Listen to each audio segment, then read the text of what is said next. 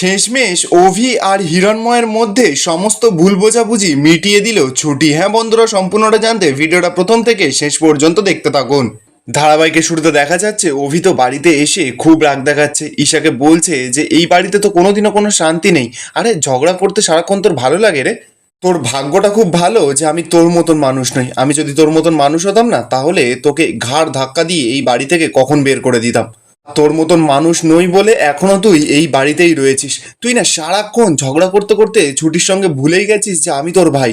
তোরা সকলে মিলে ভুলে গেছিস যে আমার জীবনেও হতাশা থাকতে পারে, আমার জীবনেও কিছু না পাওয়া থাকতে পারে। আর তোর সঙ্গে না সত্যি আমার আর ঝগড়া করার এনার্জি নেই। তুই প্লিজ এবার একটু থাম।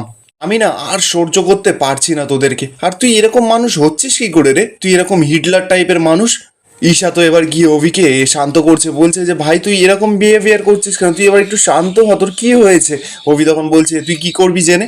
তুই কি কিছু করতে পারবি? তোর তো শুধুমাত্র একটাই কাজ, সারা জীবন ছুটিকে অপদস্থ করা। আর আমাদের দুজনের মধ্যে যতটুকু শেয়ারিং ছিল ততটুকুনি সমস্ত কিছু শেষ হয়ে গেছে। ঠাম্মিও তো এবার অভির কাছে গেছে, অভির মাথায় গায়ে হাত বুলিয়ে দিয়ে বলছে যে দাদু ভাই একটু তুমি শান্ত হও, শান্ত হও। ঠাম্মি তো এবার ছুটির কাছে গেছে, ছুটিকে গিয়ে বলছে যে এই মেয়ে, তুমি কি আমার দাদু ভাইকে কষ্ট দিয়েছো নাকি? কি হয়েছে অভির? অভি তো সঙ্গে সঙ্গে এবার ছুটির পাশে দাঁড়িয়ে ঠাম্মিকে বলছে যে ঠাম্মি কেন এইসব প্রশ্ন ওকে জিজ্ঞাসা করছো? আমি না পুরোপুরি বুঝতে পেরে গেছি যে আমি তোমাদেরকে বোঝাতে পারবো না, আমার দ্বারা হবে না। ঠাম্মি তো এবার পুরো অভির কথাগুলো শুনে ঘাবড়ে যাচ্ছে। ঠাম্মি অভিকে বলছে যে দাদু ভাই তুমি একটু শান্ত হও না, চলো আমার ঘরে, চলো আমার ঘরে গিয়ে দুজনে একসঙ্গে বসে গল্প করব সেই আগের মতন। অভি তখন ঠাম্মিকে বলছে যে থাক না ঠাম্মি, এসবের আর কোনো দরকার নেই। অভি তো এবার ছুটিকে বলছে যে তো ওরা তো সবাই তোমাকে খাটিয়ে যাক আর তুমি শুধু খেটে যাও। অথচ আমরা সারা দুনিয়ার কাছে বলে যাব যে রায় পরিবারের থেকে ভালো পরিবার আর হয় না। আমরা তো মানুষকে সম্মান করতে জানি, আমরা তো মানুষকে শ্রদ্ধাও করতে জানি, তাই না? অভি তো এবার ঠাম্মিকে কথা শুনিয়েই যাচ্ছে। এবার তো অভি যখন রাগমাগ দেখিয়ে ওখান থেকে চলে যেতে যাবে, শত্রুপা তো এবার অভিকে থামায়, অভিকে বলছে যে কি হয়েছে বাবা তোর? তুই তো এরকম করিস না কখনো। শতরূপা তো এবার ছুটিকেও জিজ্ঞাসা করছে, ছুটি তো চুপ করে আছে, ছুটি কি বলবে। শতরূপা এবার অভিকে বলছে যে বাবা তুই আমাকে বল না, কি হয়েছে তুই আমাকে বল। অভি তো এতক্ষণ পর মুখ খুলেছে, শতরূপাকে বলছে যে হিরণময় আঙ্কেল আজকে আমাকে কিডন্যাপ করিয়েছিল, যাতে আমি কোর্টে গিয়ে না পৌঁছাতে পারি। এই বলেই তো অভি ওপরে চলে যায়। সকলে তো কথাটা শুনে যেন ওদের পায়ের তলা থেকে মাটি সরে যাচ্ছে। ঠাম্মি তো এবার রেগে মেগে বলছে যে কি, এত দূর গেছে, এত দূর? অপরদিকে দেখা যাচ্ছে হিরণময় তো ঘরে গেছে। হিরণময় ঘরে গিয়ে ছুটি আর অভির সেই ছোট্ট বেলাকার ফটো হাতে করে নিয়েছে, মানে ওটা পরীর। হিরণময় তো এবার অভির ফটোটা হাতে করে নিয়েছে, নিয়ে বলছে যে কোথায় গেল সেই অভি, আমাদের সেই ছোট্ট অভি? কোন এক ছুটি এসে আমাদের দুজনের মধ্যে এতটা দূরত্ব করে দিল সম্পর্কটা। আর আমি তোমাকে কিডন্যাপ করিয়েছি, এটা তুমি ভাবতে পারলে অভি? তুমি একবারও ভাবতে পারলে না যে আমি এই কাজটা কোনোদিনও করতে পারি না? আমি দিনের পর দিন তিলে তিলে তোমাকে তৈরি করেছি, আর সে আজকে আমার এই চিনলো আমাকে। অপরদিকে দেখা যাচ্ছে অভি তো ঘরে এসে শুধু হিরণময়ের কথাগুলো ভাবছে। অভির তো মনটা খুব খারাপ, অভি তো খুব চিন্তা করছে। অন্যদিকে দেখা যাচ্ছে ছুটি তো ঠাম্মি আর ঈশাকে অভির ঘরের সামনে নিয়ে এসেছে। ঠাম্মিকে বলছে যে ঠাম্মি আপনি আপনার নাতির সঙ্গে কথা বলুন, তাহলে দেখবেন ওর সব ভালো লাগবে। আমি জানি ঠাম্মি রাগটা তো আমার ওপরে, কিন্তু আপনার নাতির ওপরে তো নয়। আর আমি এটাও জানি যে আপনি আপনার নাতিকে নিজের প্রাণের থেকেও বেশি ভালোবাসেন, তাই বলছি যে আপনি একবার যান, গিয়ে কথা বলুন, তাহলে হয়তো ও বুঝবে। হামিদ এবার ছুটির কথাগুলো শুনে মনে মনে বলছে যে সত্যি কি তাহলে আমার নাতির এখনো পর্যন্ত আমার প্রতি সেই টান আছে?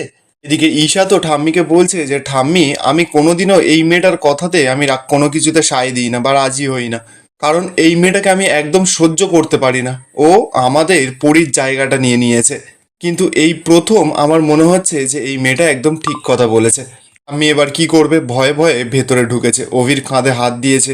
অভি তখন ঠাম্মিকে বলছে যে হ্যাঁ ঠাম্মি বলো। ঠাম্মি তখন জানাচ্ছে যে দাদু ভাই আমি জানি তুমি খুব কষ্ট পেয়েছো, কিন্তু হিরণময় আমাদের পরিবারের সঙ্গে যোগাযোগ না রাখুক, কিন্তু আমাদের পরিবারের কোনো ক্ষতি করবে আমার কিন্তু তা মনে হচ্ছে না।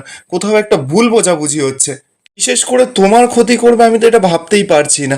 দেখো পরিমা যতটা আমাদের কাছে আদরের, ততটা কিন্তু তুমি হিরণময়দের কাছে আদরের। তাই আমার বারবার করে মনে হচ্ছে যে হিরণময় যাই করুক না কেন আমাদের পরিবারের ক্ষতি চাইবে না। অভি তো এবার হিরণময়ের কথাগুলো ভাবছে যেগুলো কোর্টে হয়েছে। অভি মনে মনে বলছে যে আমি কি করে বলবো ঠাম্মি, এর পরের নেক্সট ডেটে তোমারও ডাক আসবে, সেদিন আমি তোমাকে কি বলবো? এদিকে তো ঠাম্মি খুব কাঁদছে, অভির মাথায় হাত বুলিয়ে দিয়ে বলছে যে দাদু ভাই তুমি একটু হাসো না, তুমি আমার ওপর রাগ করে থাকো, ঝগড়া করো, বকো, যা ইচ্ছা করো, কিন্তু তুমি এইভাবে থেকো না, একটু হাসো না। তুমি কষ্ট পেলে আমিও যে খুব কষ্ট পাই দাদু ভাই, আমিও খুব কষ্ট পাই। অন্যদিকে দেখা যাচ্ছে ঈশা তো ছুটির কাঁধে হাত দিয়ে বলছে যে কিন্তু ভাইয়ের তো মনটা কিছুতেই ভালো হচ্ছে না। ছুটির তো সেটা খুব ভালো লাগে যে ঈশা ওর সঙ্গে কথা বলছে। ছুটি ঈশাকে বলছে যে দিদিভাই আমি একটা কথা বলবো, তুমি, তোমার ভাই, তারপর এই বাড়ির সবাই, তোমরা সবাই খুব ভাগ্যবান জানো তো, মন খারাপের সময় তোমাদের একে অপরের কাঁধ আছে কাঁদবার জন্য। অন্যদিকে দেখা যাচ্ছে অভি তো ঠাম্মিকে সরাসরি বলছে যে ঠাম্মি আমি জানি তুমি আমাকে নিয়ে অনেকটা চিন্তা করছো, তাই জন্য হয়তো এই মুহূর্তে এইসব কথাগুলো বলছো, কিন্তু ঠাম্মি আমি একটা কথা বলি, এই সময়ে না আমার এইসব কথাগুলো বলতে একদম ভালো লাগছে না। আর সত্যি কথা বলতে এখন আমি আর কারোর ওপর ভরসা করতে পারছি না। সম্পর্ক শুধুমাত্র তো আর রক্তের হয় না, অনেক সময় অদৃশ্য সম্পর্কও হয়, যেখানে মানুষ অনেক আষ্টে পিষ্টে জড়িয়ে পড়ে। ধরে নিতে পারো সেরকম একটা সম্পর্কে বেশ অনেক বেশি আঘাত লেগে গেছে।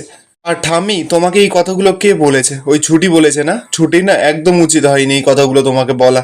ঠিক তখনই তো সেখানে ছুটি আসে, ছুটি এসেই অভিকে বলছে যে তুমি তো জানো মা নিচে কান্নাকাটি করছে, ঠাম্মি, দিদিভাই, বাড়ির সকলে তোমাকে নিয়ে কতটা চিন্তিত, তুমি একটু বোঝার চেষ্টা করো।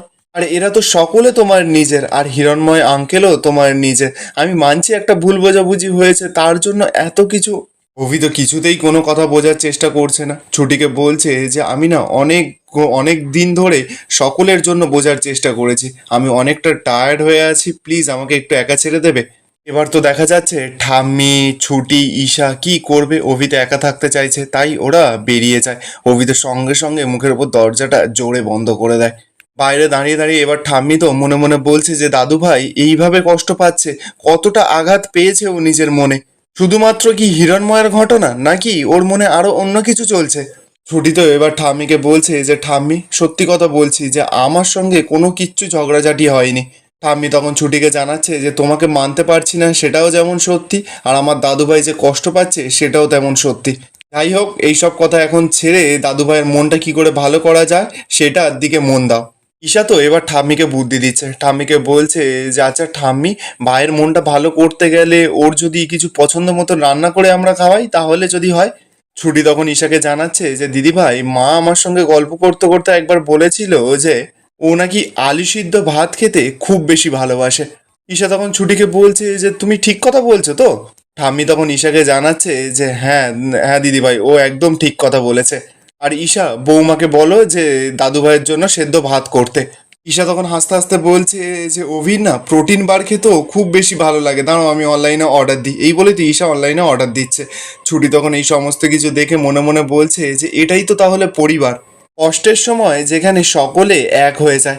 ঠাম্মি তো এবার ছুটিকে বলছে যে দাঁড়িয়ে আছো কেন, যাও। ছুটি তো এবার ওখান থেকে চলে যায়। আর এখানেই আজকের এপিসোডটা শেষ হয়ে যায়। আপনাদের কি মনে হচ্ছে, অভি আর হিরণময়ের মধ্যে কি ভুল বোঝাবুঝিটা মেটাতে পারবে ছুটি? কমেন্টে আপনাদের মতামত অবশ্যই জানাবেন। আর ভিডিওটা ভালো লেগে থাকলে চ্যানেলটা সাবস্ক্রাইব করে যাবেন অবশ্যই।